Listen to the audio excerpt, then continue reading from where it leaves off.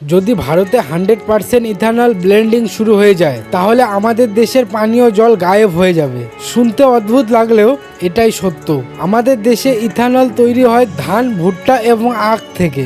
আর ভাই, মাত্র 1 litre ethanol তৈরি করতে ধান থেকে প্রায় 10,000 লিটার জলের প্রয়োজন হয়, ভুট্টা থেকে প্রায় 4,670 লিটার জল লাগে, আখ থেকে প্রায় 3,630 লিটার জল নষ্ট হয়।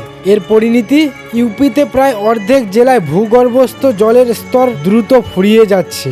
পাঞ্জাবের 19টি জেলায় এখন তীব্র জলের সংকটের মুখোমুখি। আর মহারাষ্ট্র ও কর্ণাটকে তো জল পুরো শুকিয়ে কাঠ হয়ে গেছে। নীতি আয়োগের 2030 সালের মধ্যে দিল্লি, বেঙ্গালুরু সহ ভারতের 21টি বড় শহরে সম্পূর্ণভাবে জল শূন্য হয়ে যেতে পারে।